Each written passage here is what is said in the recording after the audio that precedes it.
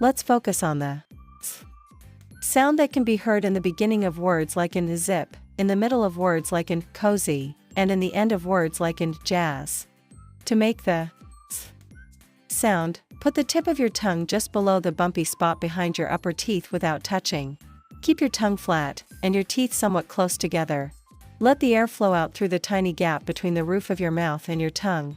Your voice is on, so you should feel vibration in your throat.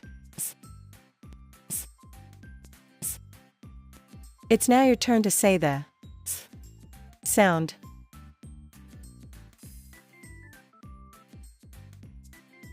Today, we'll learn how letters make certain sounds, and how we use those sounds to decode and read words.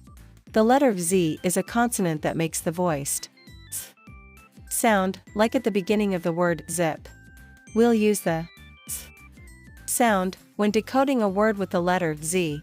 We'll say each sound from left to right, then blend the sounds together to read the whole word. Let's practice decoding a word with the Z sound. First, look at the word. Then, say each sound from left to right. Remember that the letter Z represents the Z sound.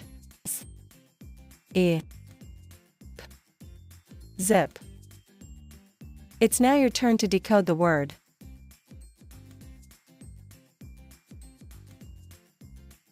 Great job!